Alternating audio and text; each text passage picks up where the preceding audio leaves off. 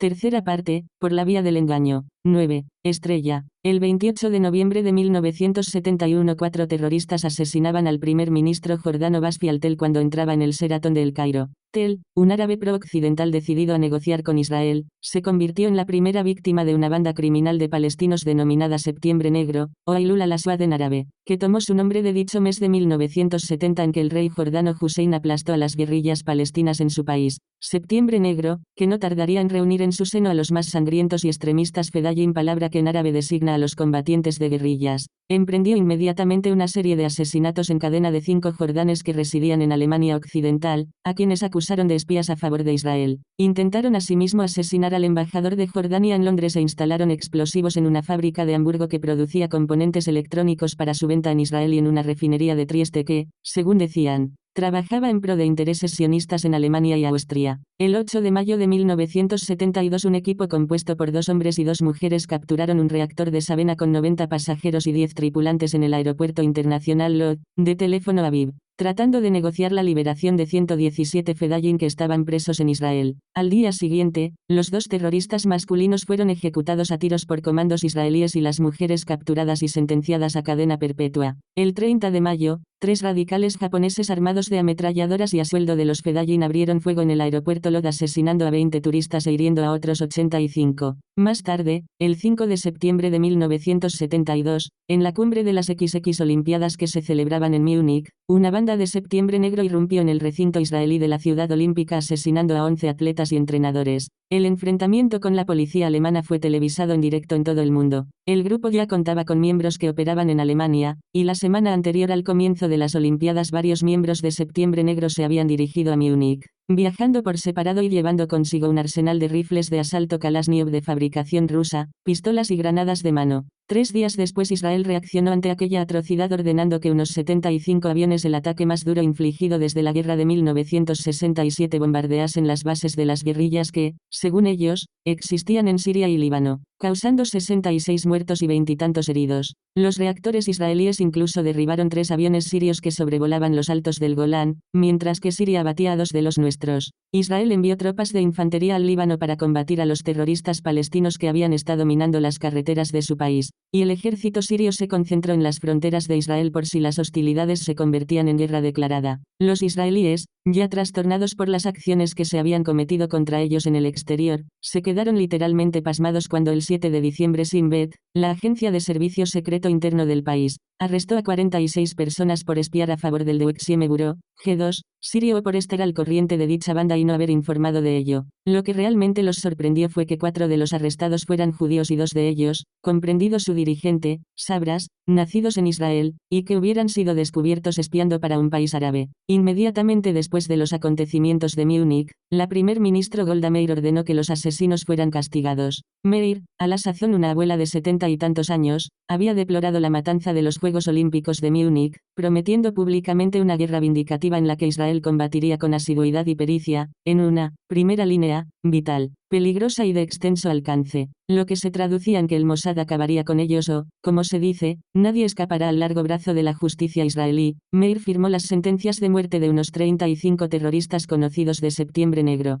entre los que se encontraba Mohamed Yusuf Nayar, conocido como Abu Yusuf, su dirigente, establecido en Beirut y antiguo mando del servicio secreto en el Al-Fatah de Yasser Arafat. En el grupo también se encontraba el pintoresco pero brutal Ali Hassan Salame, a quien el Mossad conocía como el Príncipe Rojo, que había sido el cerebro de la matanza de Múnich y que entonces operaba desde Alemania Oriental, el cual encontraría la muerte con la explosión de un coche bomba en Beirut en 1979. Como Meir había ordenado al Mossad que localizara a los asesinos de Septiembre Negro y que los eliminase a medida que los encontrara, también ella acabó convirtiéndose en el objetivo número 1 de los terroristas. Para el Mossad, aquello significó dar rienda suelta al Kidon, la unidad criminal del Mesada. La primera visita efectuada tras los sucesos de Múnich la efectuaron el 16 de octubre de 1972 a Bail Zuaiter, de 38 años, representante de la OLP en Roma, cuando aguardaba el ascensor para subir a su piso en un edificio de apartamentos, a quien dispararon 12 tiros a bocajarro. El 8 de diciembre Mahmoud Amchari, de 34 años, principal representante de la OLP en Francia, respondía a una llamada telefónica en su apartamento de París.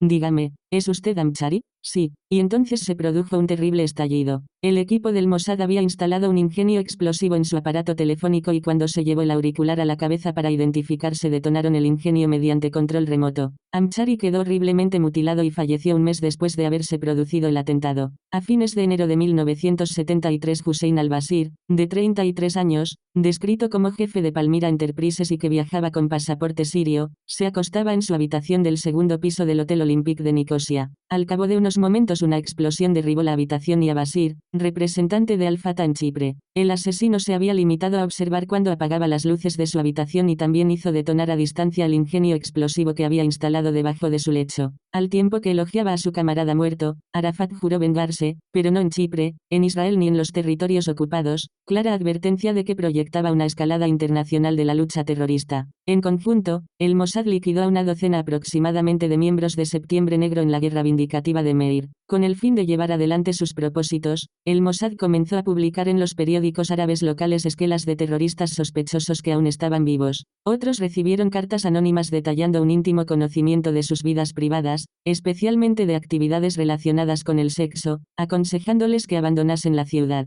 Por añadidura, muchos árabes resultaron heridos en Europa y en Oriente Medio cuando abrían cartas bomba de fabricación israelí, y aunque sus manifestaciones fueron muy distintas, lo cierto es que inocentes espectadores fueron asimismo víctimas de aquella campaña de venganza. Pero también la OLP estuvo enviando cartas bomba con matasellos de Ámsterdam a oficiales israelíes de todo el mundo y a destacados personajes judíos. El 19 de septiembre de 1972, Amish Chachori, de 44 años, consejero agrícola de la Embajada de Israel en Londres, cayó muerto instantáneamente al abrir una de ellas. Cierto número de ataques ampliamente difundidos por aquella época contra elementos del Mossad fueron en realidad calificados de ruido blanco, bulos que se infiltran en los periódicos, en su mayoría inducidos por el propio instituto, para sembrar confusión en las informaciones públicas. Un clásico ejemplo se produjo el 26 de enero de 1973, cuando un hombre de negocios israelí, Moshe Ananisai, más tarde se declaró que se trataba de un Qatsa del Mossad llamado Baruch Cohen, de 37 años. Fue muerto a tiros en la Gran Vía, la calle más concurrida de Madrid, por un terrorista de Septiembre Negro al que se suponía que estaba siguiendo. En realidad, él no seguía a nadie. Simplemente se trataba de que el Mossad deseaba que la gente así lo creyese. Otro ejemplo lo constituyó la muerte del periodista sirio Khor Kanour, de 36 años, en noviembre de 1972, de quien se decía que era un doble agente, que fue asesinado a tiros en la puerta de su apartamento de París porque Septiembre Negro creía que estaba transmitiendo al Mossad información sobre sus actividades. Tampoco era así, pero de ese modo se dio a conocer el crimen a los medios informativos. Aunque se habla mucho de agentes dobles, lo cierto es que son muy escasos. Aquellos que lo son suelen encontrarse en estables entornos burocráticos con el fin de desempeñar tales funciones. En otoño de 1972 Meir estaba tratando de encontrar el modo de desviar la atención de los israelíes de los horrores del terrorismo internacional y del creciente aislamiento en que se encontraba el país desde la Guerra de los 6 días. Por lo menos políticamente necesitaba cierta distracción. Israel trataba de obtener una audiencia del Papa Pablo VI en Roma. Y en noviembre, tras haber recibido un mensaje del Vaticano accediendo a su solicitud, Meir pidió a sus oficiales que tomasen las medidas necesarias. No obstante, les advirtió que no quería ir a Canosa, un dicho popular israelí que se refiere al castillo italiano donde el emperador Enrique IV del Sacro Imperio se humilló presentándose como un simple penitente ante el Papa Gregorio VII en 1077. Como quiera que le hicieran aguardar intencionadamente durante 3 días antes de serle concedida la absolución, aquella visita llegó a simbolizar un acto de sumisión. Se decidió que Meir visitaría París para asistir a una conferencia socialista internacional de carácter no oficial que tendría lugar los días 13 y 14 de enero, conferencia enérgicamente criticada por el presidente francés Georges Pompidou, que luego pasaría por el Vaticano el 15 de enero, donde solo permanecería un día. Seguidamente estaría 2 días con Félix Houphouët-Boigny, presidente de la Costa de Marfil, y por fin regresaría a Israel. Al cabo de una semana de haber cursado la solicitud se formalizó la audiencia papal, aunque sin hacerse pública. Como sea que un 3% de la población israelí, o sea, unas 100.000 personas, son cristiano-árabes, la OLP está muy bien relacionada en el Vaticano, contando con fuentes privadas en los debates internos. Así fue como Abu Yusuf se enteró rápidamente de que Meir se proponía visitar al Papa e inmediatamente envió un mensaje a Ali Hassan Salame, en Alemania Oriental, en estos términos: Acabemos con aquella que está derramando nuestra sangre por toda Europa. Ese mensaje y gran parte del material que aparece en este capítulo eran desconocidos para los israelíes hasta que se apoderaron de una montaña de documentos de la OLP en la guerra del Líbano de 1982. El modo y el lugar exactos en que Meir debía ser asesinada dependerían del Príncipe Rojo, pero la decisión de atacar había sido tomada y él estaba decidido a llevarla a cabo.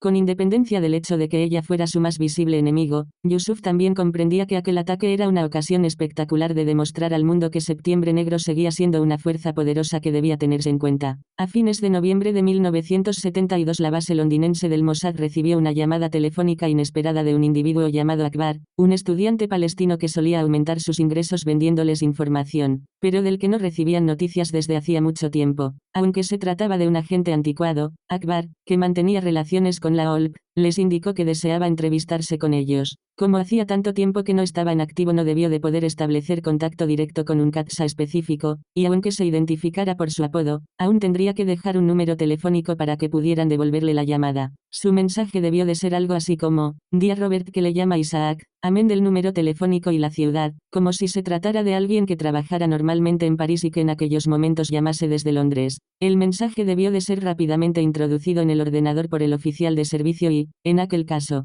se descubrió enseguida que aunque Akbar había ido realmente a estudiar a Inglaterra con la esperanza de apartarse del juego del servicio secreto, era un antiguo agente negro, o árabe. Su expediente debió de demostrar la última vez que se puso en contacto con el Mossad y también comprendería fotos suyas de gran tamaño. Las fotografías se montaban una muy grande en lo alto y otras 3 al pie, exhibiendo cada perfil, y al individuo con o sin barba, por ejemplo. Cuando se trataba con la OLP, por muy indirectamente que fuese, siempre se tomaban precauciones extraordinarias, por lo que se seguirían procedimientos APAM muy estrictos antes de que el CATSA y Akbar llegaran a encontrarse. Una vez hubieron comprobado que Akbar no había sido seguido, este procedió a explicarles que había recibido instrucciones de su contacto en la OLP para que fuese a París a asistir a una reunión. Sospechaba que se trataba de una operación importante, así es como la habría calificado alguien de su escaso nivel, pero en aquel punto carecía de información específica. Quería dinero. Estaba tenso y excitado. Lo cierto era que no deseaba volver a verse implicado en todo aquello, pero no creía que tuviera muchas opciones puesto que la OLP sabía dónde se encontraba. El CATSA entregó dinero a Akbar allí mismo y un número de teléfono para que llamase en París.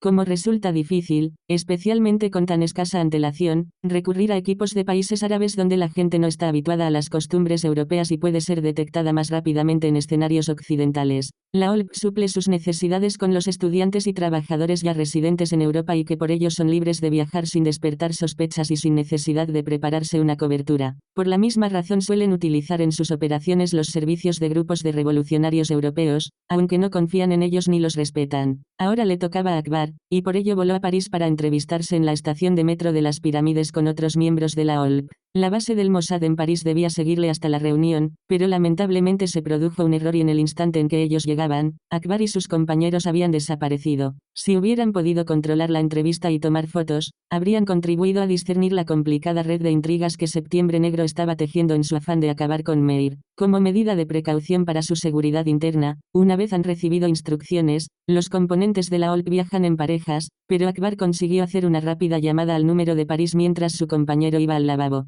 anunciándoles que habían previsto otra reunión. ¿Cuál es su objetivo?, preguntó el CATSA del Mossad. Uno de los vuestros repuso. Ahora no puedo hablar. Y colgó el aparato. En las filas del Mossad cundió el pánico. Llegaron noticias a todas las instalaciones israelíes del mundo entero de que la OLP planeaba atacar uno de sus objetivos. Las bases trabajaron de sol a sol mientras todos especulaban desordenadamente acerca de quién podría ser el blanco. Al mismo tiempo, a solo 2 meses del viaje de Meir, que ni siquiera había sido anunciado públicamente, nadie pensaba en ella. Al día siguiente Akbar llamó de nuevo y anunció que aquella tarde saldría con destino a Roma. Necesitaba dinero y deseaba entrevistarse con nosotros, pero no disponía de mucho tiempo porque tenían que dirigirse al aeropuerto. Como se hallaba cerca de la estación de metro de Roosevelt, le dieron instrucciones de que tomase el siguiente tren hasta la Plaza de la Concordia y fuese en determinada dirección, repitiendo de diferente modo las anteriores medidas de seguridad. Hubieran preferido entrevistarse con él en la habitación de un hotel, pero de nuevo el al parecer sencillo hecho de alquilar una habitación no resulta muy fácil en el mundo del espionaje. Para comenzar, es preciso contar con 2 habitaciones contiguas, con una cámara que controle aquella donde se celebra la reunión y 2 hombres de seguridad armados apostados junto a la puerta de la habitación próxima, dispuestos a irrumpir en caso de que el agente realice algún movimiento sospechoso ante el CATSA, al cual se le habrá facilitado previamente una llave de la puerta para que no tenga que entretenerse en la recepción. Como Akbar debía coger el avión hacia Roma disponía de poco tiempo, de modo que renunciaron a la entrevista en el hotel y se reunieron con él paseando por la calle. El hombre informó que,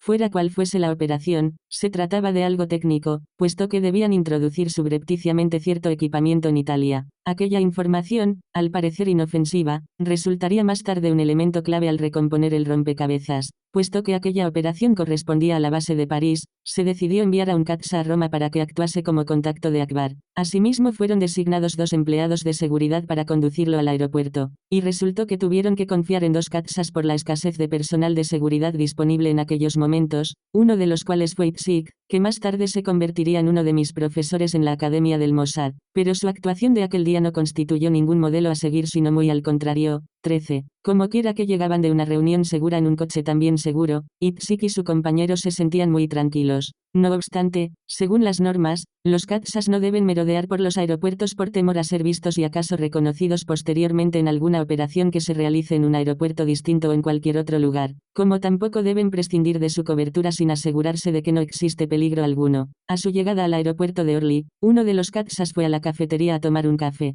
mientras que el otro acompañaba a Akbar al mostrador a confirmar el vuelo y a facturar el equipaje y permanecer con él el tiempo necesario para asegurarse de que embarcaba en el vuelo adecuado. ¿Acaso imaginaban que Akbar sería el único palestino que se dirigía a Roma? Pero no era así. Como el Mossad descubriría años más tarde por los documentos conseguidos durante la guerra del Líbano, otro individuo, un miembro de la OLP, distinguió a Akbar en el aeropuerto con aquel desconocido, al que siguió vigilando hasta ver que se reunía con su compañero en la cafetería. Y sucedió algo increíble: aquellos 2 hombres, que deberían haber abandonado mucho antes las instalaciones del aeropuerto, entablaron una conversación en hebreo, en cuyo momento el miembro de la OLP se encaminó directamente a un teléfono público para llamar a Roma e informar de que Akbar no era trigo limpio. Akbar y el Mossad pagarían cara la torpeza de Itzik y su compañero. Ali Hassan Salame, más conocido como Abu Hassan y llamado el Príncipe Rojo por el Mossad, era un personaje enérgico y aventurero cuya segunda esposa, la belleza libanesa Georgina Rizak, había sido Miss Universo 1971. Este ser tan brutal como inteligente fue el cerebro de la atrocidad cometida en Múnich. En aquella ocasión decidió utilizar misiles Estrela de fabricación rusa llamados Sociedad Anónima 7 por los soviéticos y conocidos por la clave Grial en la OTAN para hacer estallar el avión de Golda Meir cuando aterrizara en el aeropuerto Fiumicino de Roma. Los misiles, basados en el sistema norteamericano Redelle, eran propulsados hacia sus objetivos mediante un lanzador de 10,6 kilogramos, que se sostenía manualmente y se colgaba del hombro. El propio misil de 9,2 kilogramos posee un sólido motor cohete en 3 fases, un sistema de guía pasiva por infrarrojos y no es especialmente sofisticado, pero puede ser mortal, alcanzando su objetivo cuando se apunta a las toberas de un motor caliente. Si se disparan contra un avión caza, rápido y sumamente manejable, su escasa flexibilidad los hace casi siempre inútiles, pero si apuntan a objetivos más lentos y voluminosos, tales como los reactores comerciales, sus efectos son letales. Encontrar suministro de Estrela no constituía problema alguno. La OLP disponía de ellos en sus campos de entrenamiento de Yugoslavia, de modo que tan solo era preciso pasarlos clandestinamente hasta Italia por el Adriático. Por entonces la OLP disponía asimismo de un yate sencillo, con camarotes, anclado cerca de Bari, en la costa este de Italia, directamente enfrente de Dubrovnik, en Yugoslavia. Salame estuvo visitando algunos sórdidos bares de Hamburgo, la ciudad portuaria más importante de Alemania, hasta que encontró a un alemán con nociones de navegación y que estaba dispuesto a hacer lo que fuese por dinero. Asimismo contrató a 2 mujeres que conoció en otro bar, también interesadas en su oferta de dinero, sexo, drogas y el disfrute de un crucero de placer por el Adriático. Los alemanes fueron enviados a Roma y de allí a Bari, donde embarcaron en el yate, bien provisto de alimentos, drogas y bebida. Tan solo tenían órdenes de dirigirse a una islita próxima a Dubrovnik, aguardar a que ciertas personas cargaran unas cajas de madera en la bodega y luego regresar a un punto de la playa norte de Bari donde se encontrarían con otros individuos que les pagarían varios miles de dólares a cada uno. También les dijeron que disfrutaran, que se tomaran 3 o 4 días de descanso y que se permitieran todos los placeres que quisieran, instrucciones que sin duda cumplieron religiosamente. Salame había escogido alemanes porque en el caso de ser descubiertos sería más probable que las autoridades creyeran que pertenecían al Ejército Rojo o a cualquier otra organización antes que estuvieran relacionados con con ellos. Por desdicha para ellos, Salame no tenía la costumbre de arriesgarse con los extraños al concluir una misión. Cuando los alemanes aparecieron con las cajas que contenían los misiles, los miembros de la OLP se acercaron en una barquita para recoger la mercancía y luego se los llevaron lejos de allí, les cortaron el gaznate, abrieron agujeros en el yate y lo hundieron aproximadamente a un cuarto de milla de la costa. Los Estrela fueron cargados en una furgoneta Fiat y el equipo de la OLP se trasladó de Bari a Avellino, de allí a Terracina, luego a Anzio, a Ostia y a Roma. Evitando las carreteras principales y conduciendo únicamente de día para no despertar sospechas, y por fin a un apartamento de Roma donde las cajas que contenían los misiles quedarían almacenadas hasta que fueran necesarias. En Beirut, Abu Yusuf, el dirigente de Septiembre Negro, había sido informado inmediatamente de que Akbar era un topo infiltrado en la organización, pero en lugar de liquidarlo enseguida y hacer peligrar acaso toda la operación, decidió utilizar sus conocimientos para despistar a los israelíes, los cuales, aunque sabían que habían sido tomados como objetivo, ignoraban cómo se desarrollaría la operación porque Akbar tenía conocimientos muy superficiales de ello.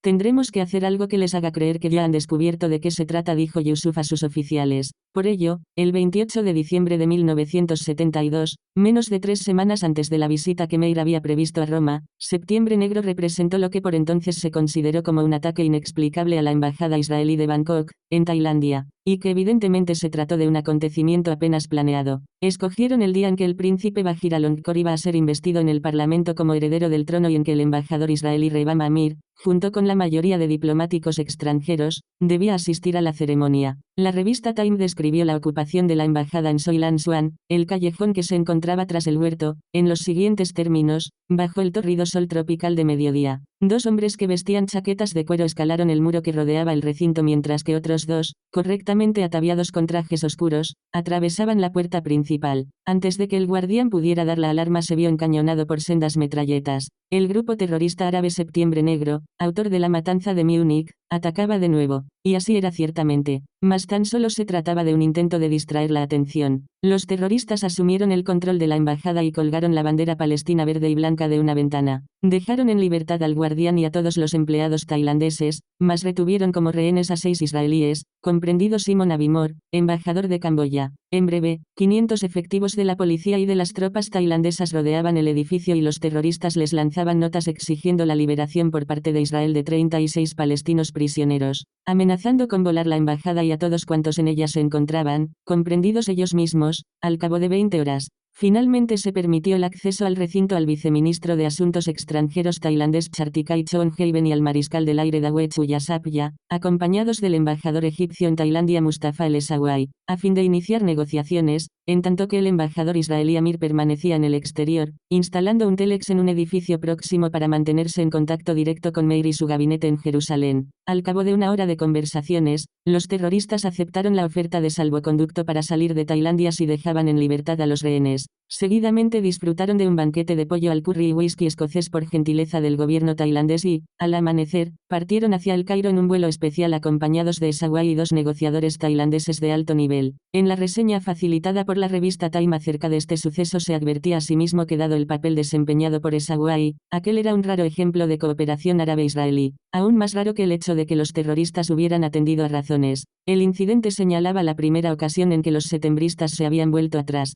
Los periodistas, como es natural, no podían saber que aquel había sido en todo momento su propósito, como tampoco los israelíes que, con la significativa excepción de Sai Kauli, a la sazón jefe de la base del Mossad en Milán, creyeron que aquella era la operación de la que Akbar les había informado. Para asegurarse de que el Mossad caía en la trampa, previamente a la operación de Tailandia sus colegas de la OLP ordenaron a Akbar que permaneciera en Roma por el momento, pero que la operación estaba prevista para un país muy lejano del habitual campo de batalla terrorista de Europa o el Oriente Medio. Akbar transmitió dicha información al Mossad, de modo que cuando tuvo lugar el ataque de Bangkok, el cuartel general de teléfono Aviv no solo quedó convencido de que aquella era la operación en cuestión, sino que se regocijaron de que ningún israelí hubiese resultado muerto ni siquiera herido. Asimismo se produjo un gran alboroto en el instituto acerca del hecho de que se hubiese recibido un aviso de dicho ataque, mas no se hubiese detectado la localización, y aún fue mayor la inquietud en el Sabak, responsable de la seguridad de las embajadas e instalaciones israelíes en el extranjero. Akbar estaba absolutamente convencido de que Bangkok había sido en todo momento el objetivo de aquella operación, por lo que se puso en contacto con su Katsa de Roma a fin de celebrar otra entrevista, puesto que la seguridad de del Mossad es tan meticulosa, los palestinos no se habrían atrevido a seguir a Akbar a ninguna de sus entrevistas por temor a ser vistos, poniendo sobre aviso al Mossad de que le estaban vigilando. Su mayor preocupación consistía en facilitarle información para que la transmitiera a los israelíes.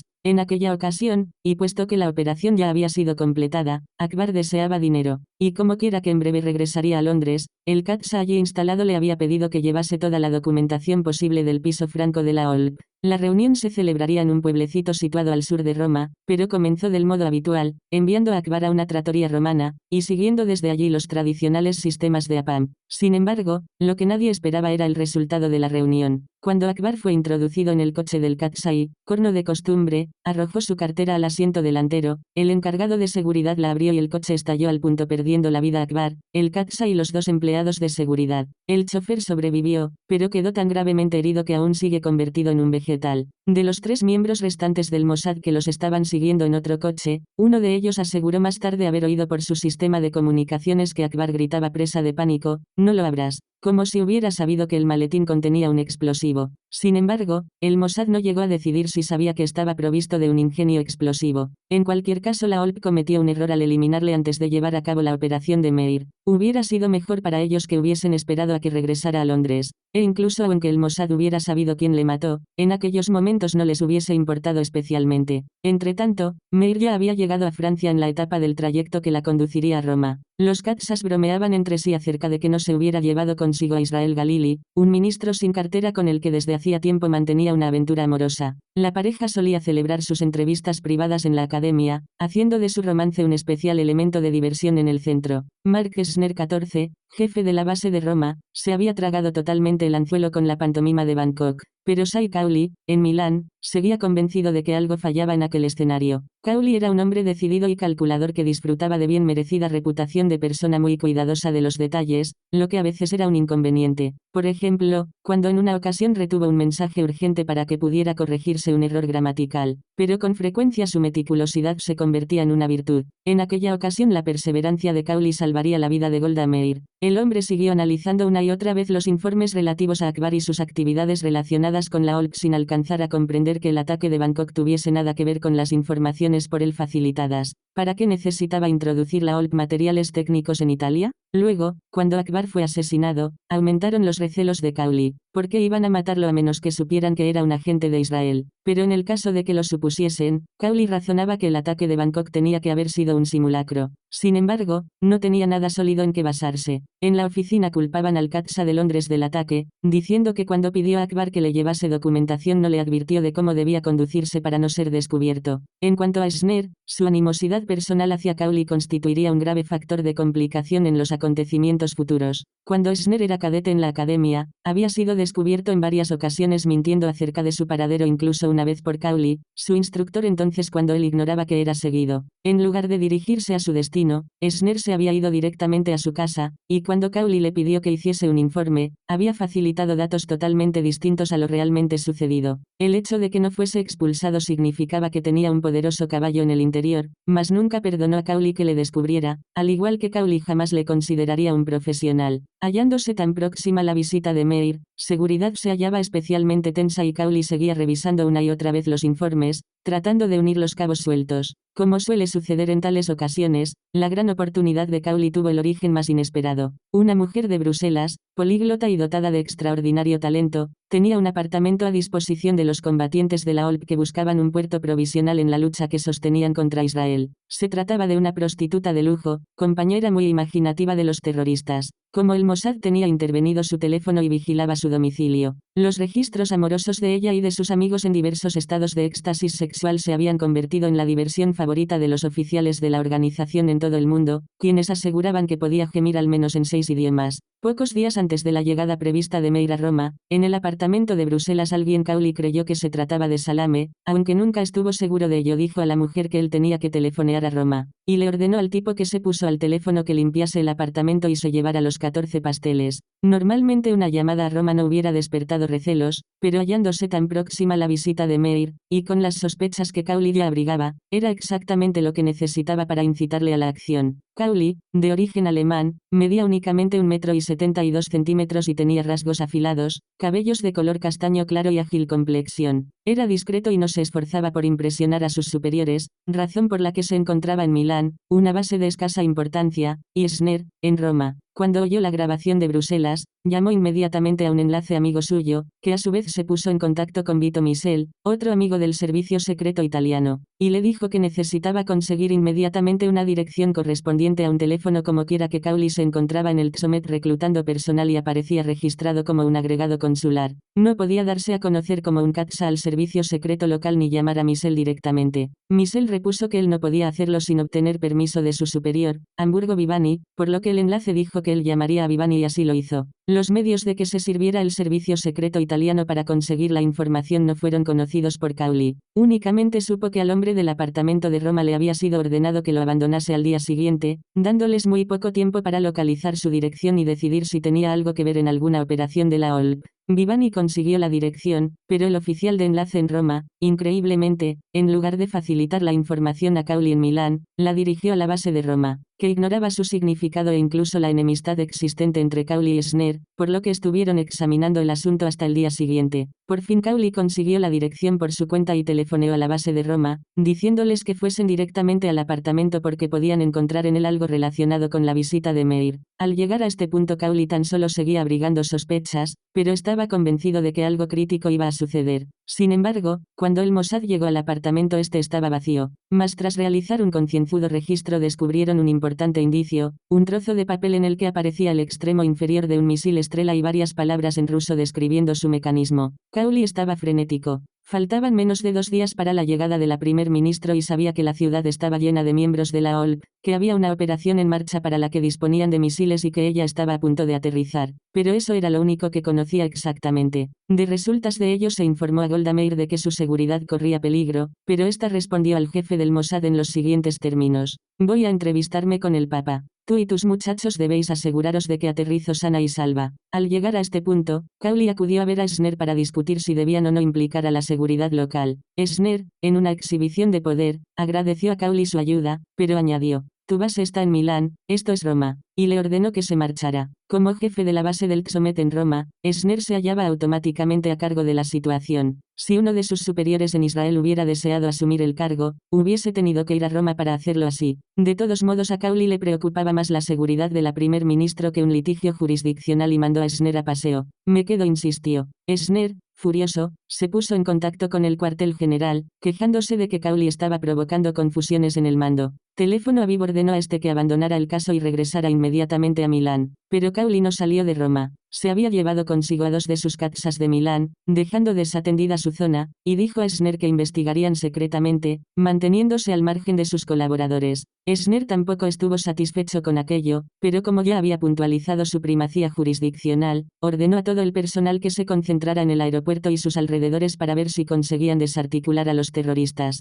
Sin embargo, la OLP, suponiendo que el Mossad podía hallarse más al corriente de sus planes de lo que en realidad estaba, había tomado la precaución adicional de trasladarse a la zona de playa durante la noche, pernoctando en sus vehículos. De ese modo, pese a que el Mossad comprobó la noche anterior al día 15 de enero, fecha de llegada de Meir, todos los hoteles y pensiones de los alrededores del Lido de Ostia, además de todas las guaridas de la OLP, no consiguieron nada. Sin embargo, puesto que conocían el alcance de los misiles, por lo menos sabían la zona que debían investigar antes de que aterrizara el avión de la primer ministro, aunque se trataba de una zona inmensa de unos 8 kilómetros de ancho por 21 de largo, y el problema se había incrementado por la estúpida decisión de Sner de no informar a la policía local acerca del problema en potencia. Los Estrela pueden activarse remotamente. Cuando el objetivo se halla a tiro, el misil cuenta con una electropulsación que activa un comunicador y una vez disparado halla por sí solo su objetivo. Los terroristas debían contar con la hora precisa de llegada del avión de Meir, sabiendo por sus agentes exactamente cuándo partía de París y cuándo se creía que iba a aterrizar,